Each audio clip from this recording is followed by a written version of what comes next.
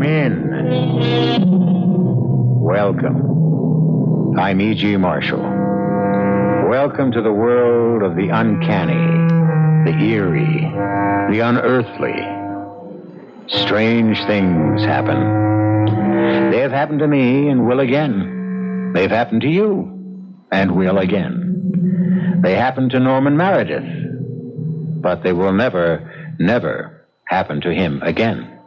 Because, well, listen. Who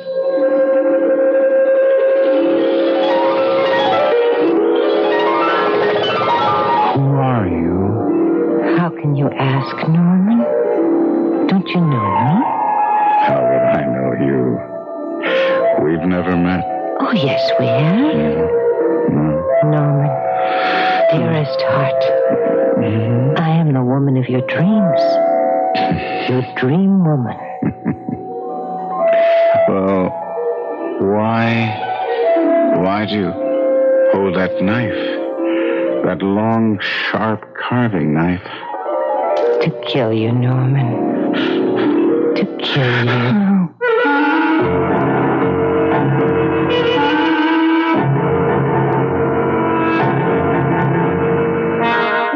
Our mystery drama, The Dream Woman, is based on the classic by Wilkie Collins and was especially adapted for the Mystery Theater by George Lothar and stars Kevin McCarthy. It is sponsored in part by Anheuser-Busch Incorporated, Brewers of Budweiser, and Sign-Off, the sinus medicines. I'll be back shortly with Act One.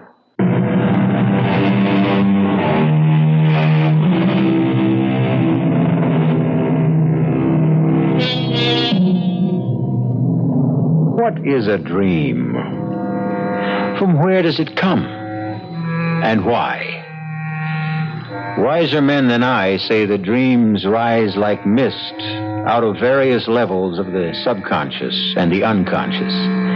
But what is the subconscious? What is the unconscious? No one really knows. Oh, there are theories, yes.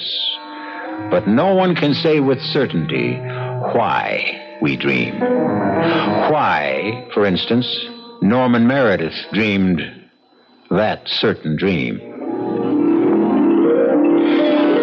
You say you're the woman of my dreams, my dream woman. If that's so, why would you want to kill me with that knife? So you can stay in my world always. Be mine always. No, I don't understand. Only when you are dead, physically dead, can your spirit live, really live. And you come from the spirit world? A spirit world. One of countless spirit worlds. Oh, join me in it now, dearest Norman. Dearest heart. Join me now. No! Yes! No! Yes! No! Yes! Norman! Yes! Norman! I must kill you, Norman. I'll kill you, Norman. Don't stab me, please don't. Die, Norman. Die, Norman. I can't escape the knife. Norman, wake up, Norman. Norman, darling, you've been having a dream, a nightmare.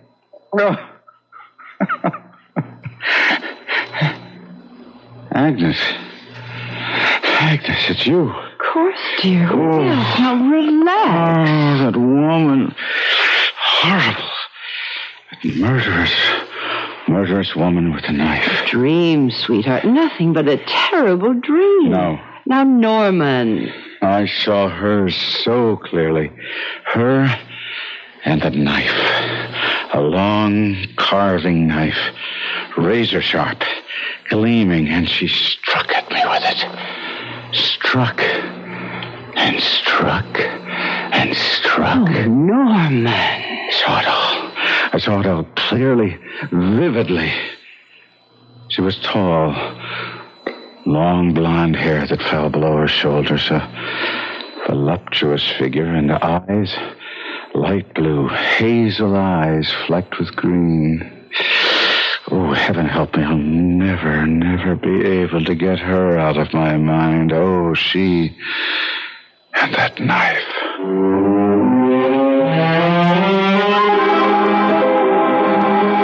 Well, Now, Norman, I can tell you this. As a psychiatrist, I have a number of patients who are troubled with nightmares, often with the same recurring nightmare, but they never come true, Norman. And neither will yours. No. What about that feeling? How do you explain that feeling that the woman last night, in that dream last night, seems as real to me today as she did then? That's why, even though I know how terribly busy you are, I had to see you today. She stays there. She won't leave my head. Never too busy to fit an old friend into my schedule, but then... Oh, excuse me. Yes, nurse? Tell Miss Lawrence I won't be more than another 5 minutes. Let's see, where was I? Oh, yes. I was about to say, I'm all but positive you won't have this dream again, Norman. Frankly, I think you've been driving yourself too hard. All right, now what's the meaning of this, Dr. Gerstein? Miss Lawrence. You have kept me waiting more than 20 minutes. I'm sorry, Miss Lawrence. You're sorry. I've got a hairdresser appointment at 3, and you're sorry? Look, Buster, you may be the great psychiatrist, Dr. Arnold Gerstein, but I am Sandy Lawrence, and nobody pushes me around, but okay? Nobody's pushing you around, Miss Lawrence. You don't call making me wait 20 minutes pushing me around? No. Not when an emergency comes up. See the emergency? Miss Lawrence, if you'll just be patient another minute or so. All right, another minute, but no more, you understand? And I mean it. What's the matter with him? Why is he staring at me like that? Hey, what's with you, Buster? Give me the willies. 1 minute longer, Miss Lawrence. I won't be more than another minute. What is with you, Norman? You were staring at Miss Lawrence as if she'd shocked you. Who is she, Arnold? Her name is Sandra Lawrence. What does she do? Well, she claims to be an actress, but I don't think that's quite the profession she's in. Why were you staring at her like that? Didn't you notice? Notice what? Tall, sexy, long blonde hair, hazel eyes flecked with green. Oh, yes. She resembles the woman you saw in your dream. No, not resembles, Arnold. She is the woman in my dream.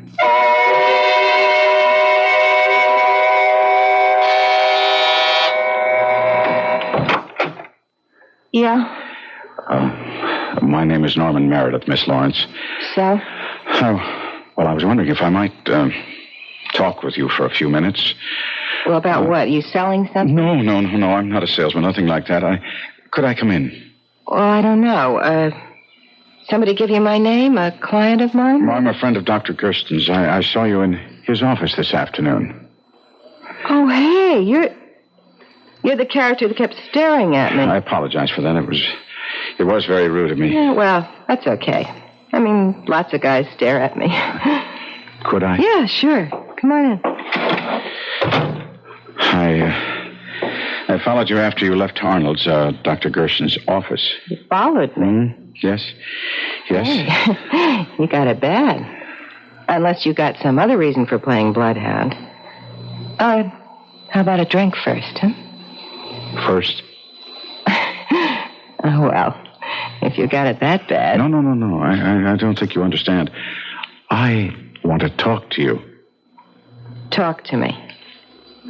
Well, if that's the way you get your kicks. Tell me about yourself, Miss Lawrence. Tell me all about yourself. You're real flaky. You just want to talk? I want to know all about you. All about you. Who you are, where you come from, what you do for a living. Oh, come on. You must be kidding. What I do for a living? Hey, Norman, you put me away. You really do. Dr. Gersten said you're an actress? Yeah, you could put it that way. I put on a real good act. Well, if you mean what I think you mean... Well, what else would I mean? I mean, you can't be as square as you sound. Or can you? Look, will you stop staring at me like that? I really don't like being stared at. I'm sorry. I can't help myself. You fascinate me. Miss Lawrence. Sandy, for Sandra. Sandra? I dreamed of you last night. Uh-huh. Well, lots of guys do. Men who've never met you.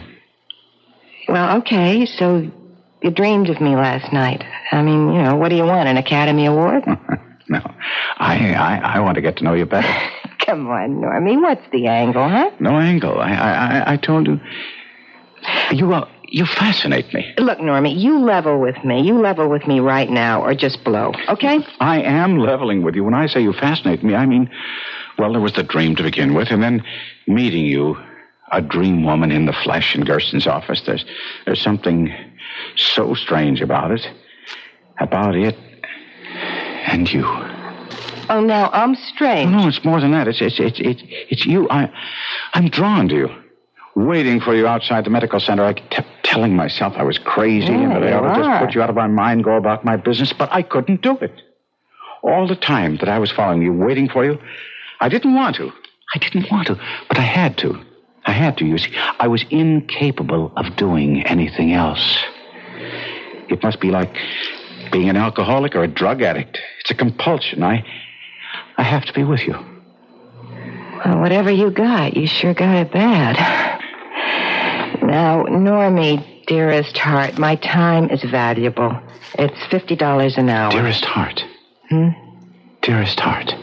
You called me that in the dream. Dearest heart. Oh, yeah? Oh, how about that? How about the $50? Well, sure. Okay, in advance. Oh, sure. Anything you say? Sandy? Here. Put it on the table, Normie. Attaboy. Okay. What'll we talk about? I don't know. Anything, as I said. I want to know all about you. Tell me about yourself. Okay, but how's about I slip into something more comfortable first? All right. You fix yourself a drink. The bar's over there. Thanks. You got any scotch? Yeah, try the shelf under the bar. Okay. Oh. Good Lord.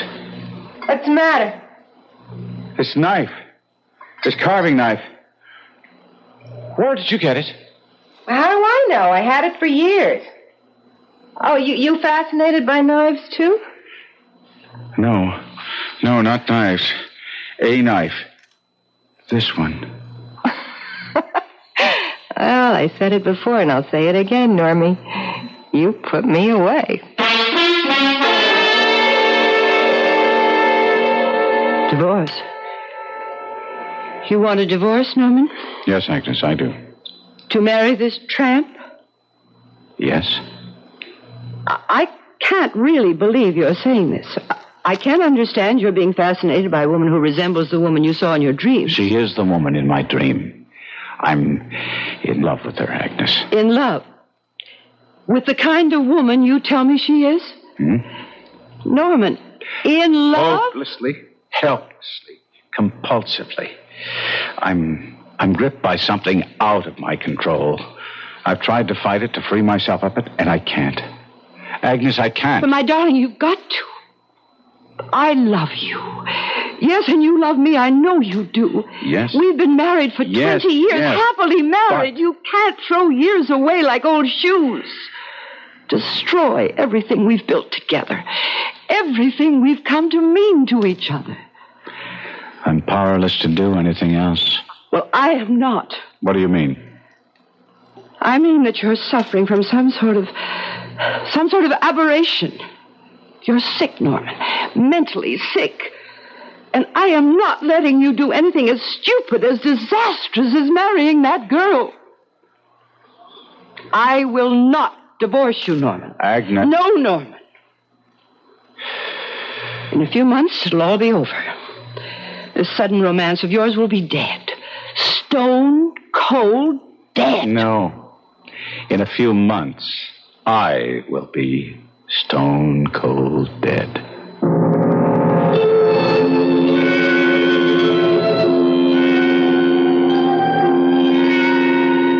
There are, we are told, dreams of precognition, dreams which foretell events that will happen in the future. There are, in fact, many such cases on record. Explain them?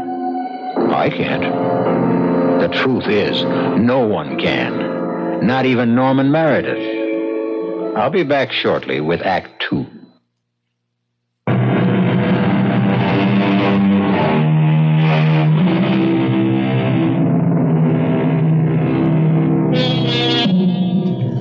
have asked, what is a dream? And come up with anything but a satisfactory answer. We might ask now, what is a compulsion? And find the answer equally unsatisfactory. A compulsion is, of course, the doing of something in spite of yourself. The doing of it against all the dictates of intelligence, reason, sanity. And that is precisely what Norman Meredith, well-to-do stockbroker, finds himself doing in the suite of a palatial hotel in Rome, Italy, close onto 4 o'clock of a summer morning. What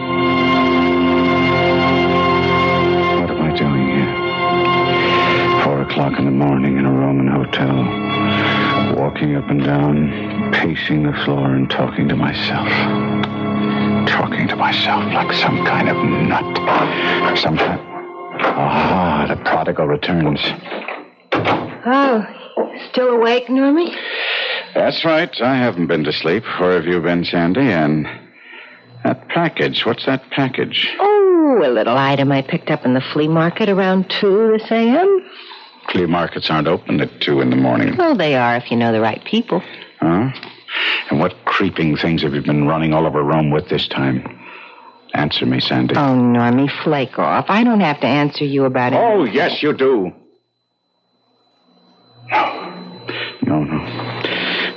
No, you don't. I have no hold on you. We're not married. You'd still have no hold on me, married or not. True enough, I guess. True enough. So anytime you want out, Normie, you just say so. Anytime you've had enough of me. Oh, I'll never have enough of you, and you know it, damn you. You know it. How do you know it, Sandy? Normie, come on. We're not going to hash that all over again, are we? Not at 4 o'clock in the morning. I'm dead beat.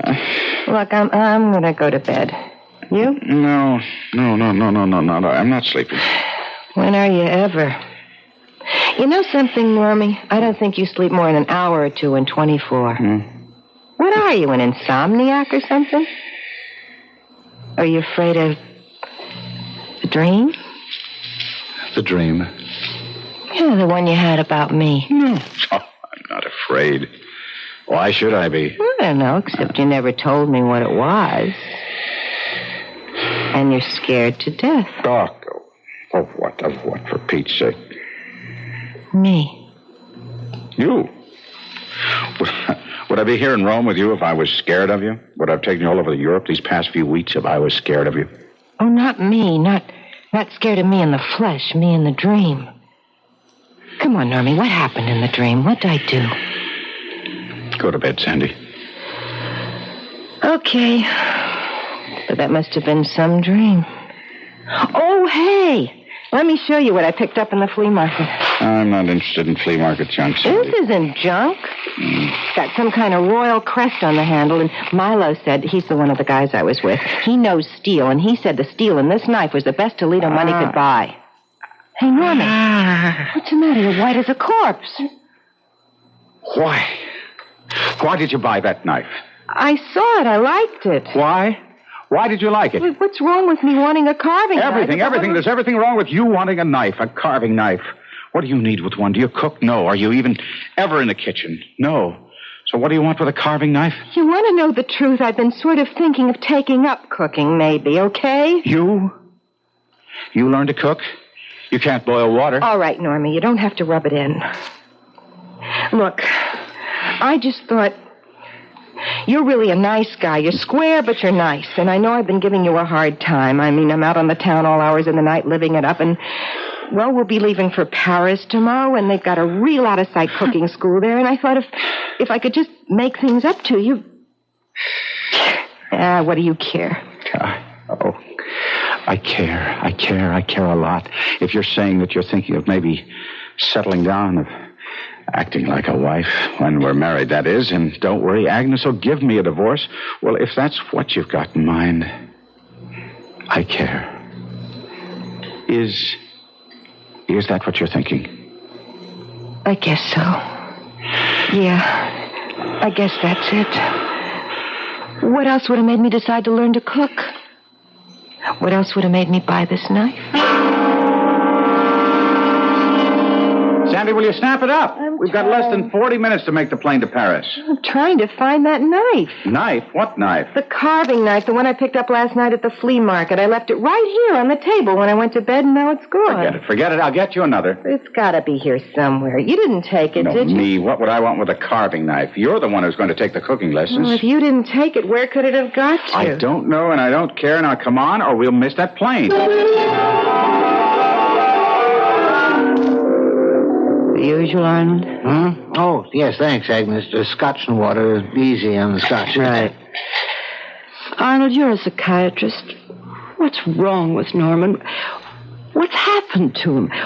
Why is he so fascinated by this cheap, common tramp? I can't answer that. No doctor could. Without at least months of investigation, of talks with Norman, of treatments. But you must have some theory. I don't. Some things that happen in this world are beyond us, beyond our understanding. Now consider, Norman had a dream in which a woman tried to stab him to death. The next day, he meets in the flesh the self-same woman of that dream. So he said. Norman is no fool, Agnes. He meets this woman who tried to kill him in his dream and is irresistibly drawn to her. Now, is Norman mad? He is not. What, then, is the answer to all this?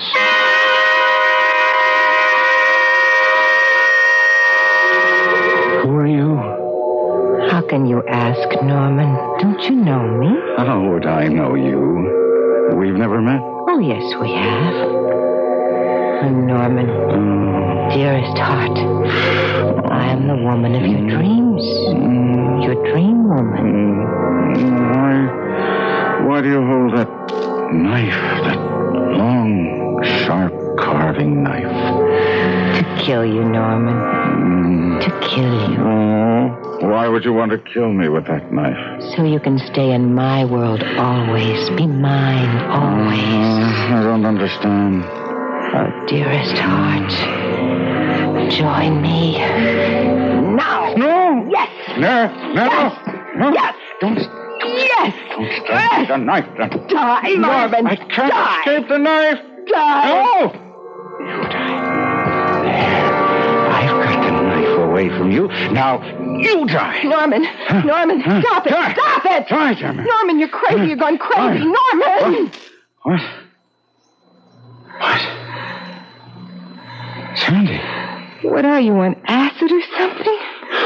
You're having a bad trip. No, you know better than to ask. Where am I? What happened? We're in Paris. We're in Paris, France. We've been here for a week. It's 2:30 in the morning, and you've been having a nightmare. And, boy, you nearly killed me. Oh, no. Oh, no. yeah. Look at me. You've ripped my gown. Gown. I'm in pajamas. You're wearing a gown? I just got in. Came into the bedroom, and there you were moaning and tossing. I tried to wake you up, and you attacked me. You grabbed me. You kept trying to... Look like you were trying to stab me. You said you'd be home early. You said you wanted to be rested, fresh for tomorrow's ceremony at the Cordon Rouge cooking school. Yeah, well, the people I was with, they decided to make a night of it, you know? In fact, they're still at it. Me, I broke away, so you see, I am home early, Normie. And stop calling me that. I've asked you 12 times. Stop calling me Normie. I'm sorry. Honest, I am. Norman, I don't know what it is with me. I mean, I try. I really try to be the way you want me to be, but I don't know what it is. And it's funny, because at first I didn't care what you thought, how you felt, but being with you all these weeks... You're really smooth, Norman. You really are. And I'd like to be more than I am for your sake, but there's just something in me. I just can't control it. You too. What do you mean, me too? Oh, you can't help yourself. I can't help myself. We're in the same boat, Sandy, and I have the feeling it's just begun to sink.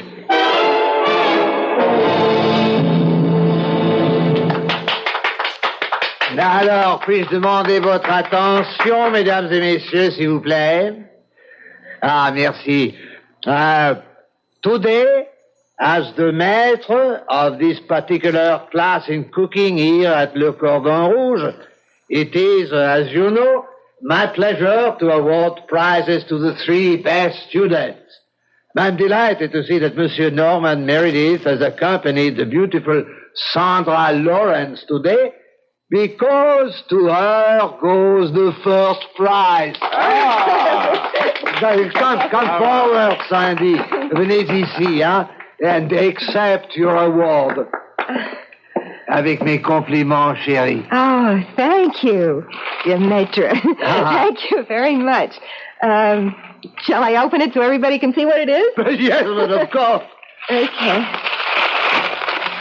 Oh, hey. It's a knife. A beautiful carving knife. Take notice, chérie, the name Le Cordon Rouge inscribed on the handle and your own name on the blade. Monsieur Meredith, are you not proud of Miss Lawrence? Monsieur Meredith. Hey, Norman. Are you ill? Norman? No, I just need some fresh air. Excuse me. You heard me, Normie. Where is the knife? How do I know? Now, you listen to me. The first time I met you, when you came to my place in New York, you acted real funny when you found that carving knife on the bar. You remember? And somehow I never saw that knife again. It just disappeared. Because you took it. You don't know what you're talking about. Oh, I don't? No. Then what happened to the carving knife I picked up at the flea market in Rome? I know I left it on that table when I went to bed that night, and it wasn't there when I got up, and somehow it disappeared forever. Just why you're accusing me? Because you took them and you hid them, or you threw them away, or you did something. And you've done the same thing with my Cordon Rouge knife. Not me. Then where is it? Now, you took the knife, Normie. You've taken them all. I don't care about the other 2. But this one, it means something to me. So you won first prize in a cooking class. What's the big deal? You can say that to me? Listen, I went to that class so I could learn to cook for you. Not for me. Oh, and I succeeded. I won first prize. Me, Sandy Lawrence, first prize. I don't care about the knife. I care about what it stands for. And it stands for the fact that I'm falling in love with you, Norman. Oh, Sandy. Sandy, baby. Don't Sandy baby me. I want my knife. Now, where is it? What have you done with it? I threw it away, Sandy. Where? In the river, in the Seine. Then it's gone. I'm afraid so, honey. Norman, how could you do this? Why did you do it? Well... Why?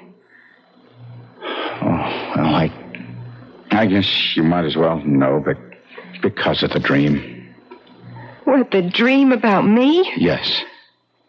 What in heaven's name can the dream have to do with knives? In the dream, you try to kill me with a knife. I try to kill you? With a carving knife. Exactly like the knives I took and threw away. Long, gleaming, razor sharp. Are you telling me that I'm going to kill you? Stab you to death with a carving knife? Yes, that's what I'm afraid of, Sandy. It's why I've been throwing away the knives, the carving knives, that you somehow come up with again and again. You know something? You were out of your head. Just because that first prize is a carving knife is no reason. I'll get it. Monsieur Philippe. May I come in, Sandy? Yeah, of course. Thank you. Monsieur Meredith. Hello.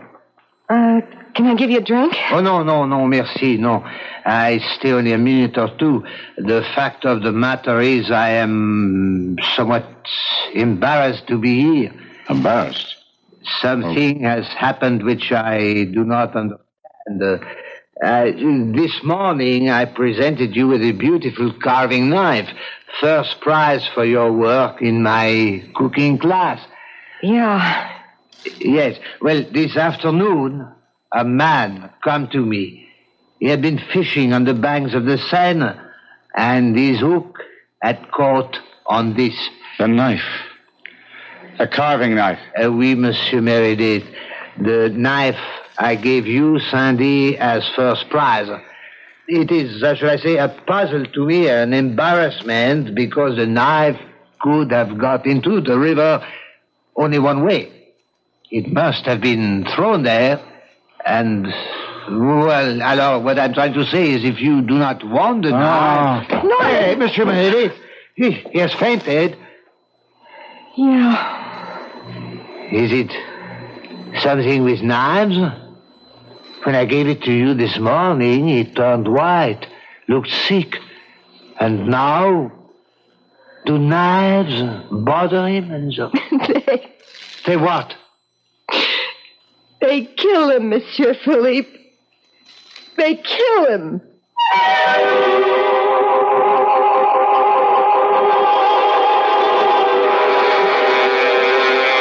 Well, all things considered, I think they'd kill me, too. It is curious, this affinity Sandra Lawrence has for carving knives. Or they for her. I'll return shortly with Act 3.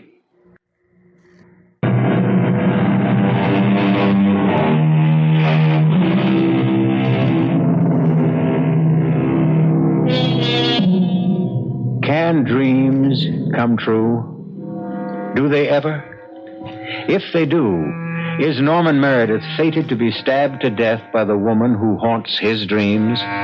The woman he finds irresistible in real life? Sandy, Yes, Norman. tell me where it is. Well, what is? You know what. The knife. Norman, we said we wouldn't talk about it anymore, remember? I remember you said we wouldn't. When I came into that hotel room in Paris and asked you what you'd done with the knife, you said we wouldn't talk about it anymore. Not me. I threw it away. You're a liar.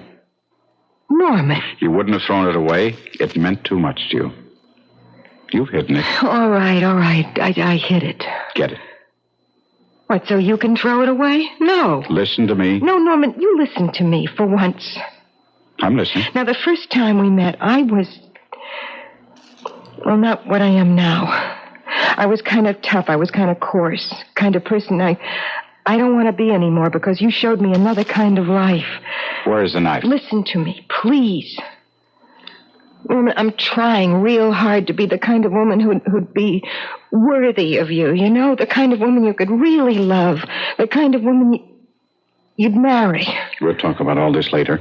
Right now, I want that knife. Norman, forget the knife. Sandy, you get me that knife. Wherever you hid it, get it and give it to me, or so help me out. All right. Here. You want it? Take it. You threw it at me. Another inch and it would have... You wanted it, Norman. You got it. Pick it up. I'll pick it up. Well, pick it up, all right. I'll pick it up. That's the last you'll ever see of it. Plenty of others. There's no trick buying a carving knife. Don't buy no knives. I'm going to get rid of this, and it's the last carving knife we'll ever see in this house. We'll see about that. I'm telling you... Ma'am, I'm telling you. Nothing. You're telling me nothing. Norman, no! Nothing. Oh! Oh, what have I done? I don't understand. I killed her. I stabbed her to death. It doesn't make sense. It doesn't make sense.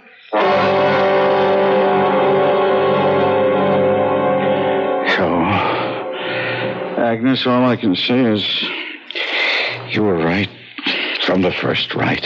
It was just an aberration or infatuation, maybe. I don't know. Anyway, it's over. Will you take me back? Of course, Norman.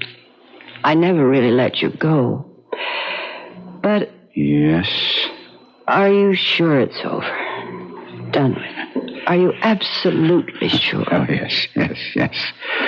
I left her this morning. I told her that everything was over between us. Everything. What did she say? Nothing. She must have said something. Nothing. Norman, darling. I'm sorry. No. Oh, you poor dear. You're worn out on the ragged edge. Done for. Through? No. Yes. No. Yes, sir. I've ruined our marriage. My business. Now, that's nonsense. Never. Our marriage is... Never be the same. You know it won't, Agnes. Oh, I did. Leaving you, running off with her. Well, you were caught up in something beyond your control. Too powerful for you to handle. But it's over now. Put it behind you. Begin again. I can't. Well, it isn't the end for us, Norman. It is for her. What? It is the end for her. You mean Sandra Lawrence? Well, yes, in a way, I suppose it is. But her kind, she'll get by. She'll start living again. Don't say that. Darling, she will. It isn't all over for her either. It is. It is. I killed her, Agnes. What kind of nonsense are you talking? Norman, we're not going to talk anymore, not now. I've got to go out for an hour or two, but while I'm gone, I want you to rest. Now, lie down for a while. Will you do that? Yes. And if you feel like a snack, ask Nora to fix something for you. Nora? Oh, I haven't had a chance to tell you we have a maid, Nora.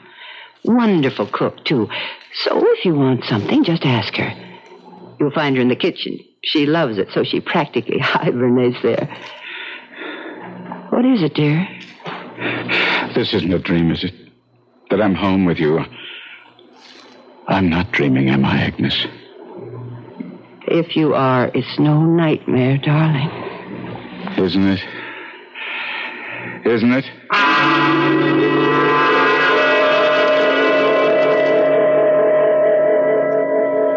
I'm afraid I told a little lie, Arnold. I just said I had to go out for an hour or so, but of course I came straight here to see you. I'm glad you did, Agnes. I'm as worried about Norman as you are. He talked about Sandra Lawrence as if he had killed her. I mean, really killed her. When, of course, what he meant was that he felt that he'd ended her happiness, ruined her future. Excuse me, my nurse. Yes? Captain who? The police. Oh, yes. Put him through. Yes, Captain, this is Dr. Gerstein. Yes? Well, she was a patient of mine. What's that? Stabbed to death?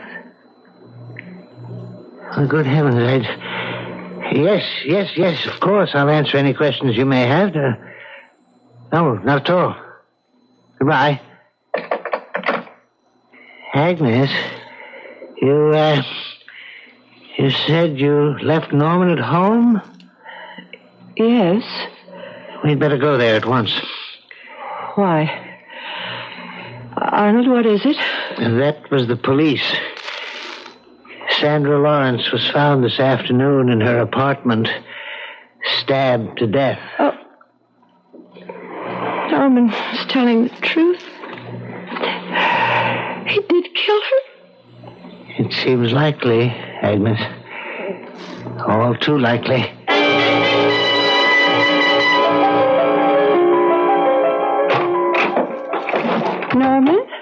Norman? Oh, he's probably in the bedroom asleep. I'll come with you. No, bed's empty. The kitchen. I told him if he wanted a snack to ask Nora. Nora, have you seen... Nora! Easy, Agnes. And Norman on the floor, knife in his chest. Hang on to yourself. Nora's sitting at the kitchen table, blood all over it. Norman, dead. Stabbed to death.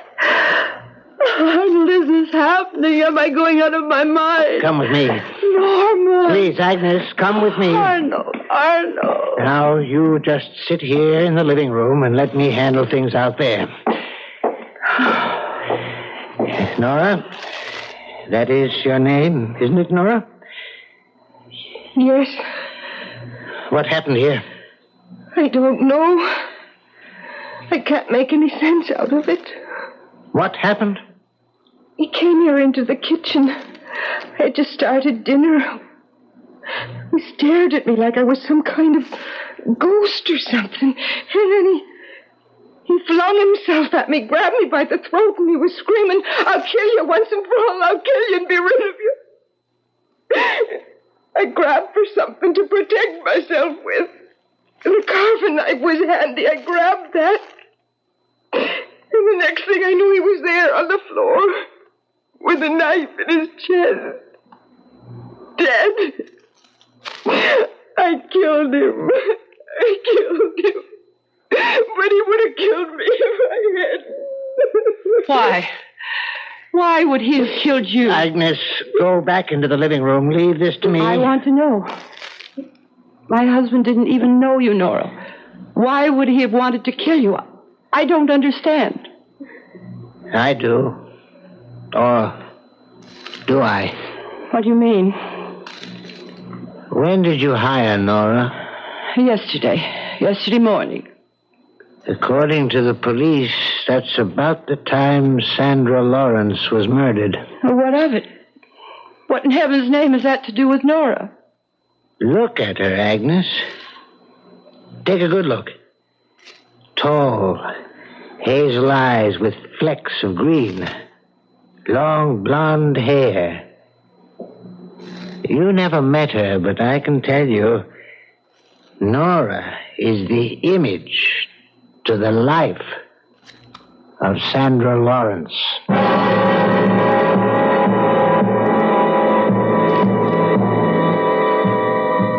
So, through one of those strange twists that fate so often takes, Norman Meredith's nightmare became reality, as he always knew it would. I'll be back shortly.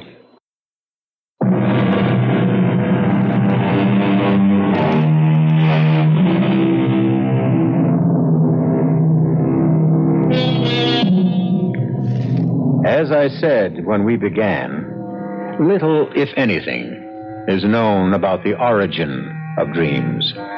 Where they come from, why they come, what they mean. I can only wish, most sincerely, for all your dreams to be happy ones. But I doubt that they will. Our cast included Kevin McCarthy, Terry Keane, Grace Matthews, and Robert Dryden. The entire production was under the direction of Hyman Brown. Now, a preview of our next tale. You're mine, Claude. You gave me your ring. But I told you. Claude, you may play with other women. You may deceive other women. But no man in the history of the world has ever deceived me and lived. I am Venus. I am Aphrodite. But I only... Hundreds, thousands, numberless races of men on this planet have worshipped me under numberless names. And now, I choose you. You must leave this woman. Radio Mystery Theater was sponsored in part by new sugar-free diet 7-Up and Buick Motor Division. This is E.G. Marshall inviting you to return to our Mystery Theater for another adventure in the macabre. Until next time, pleasant dreams.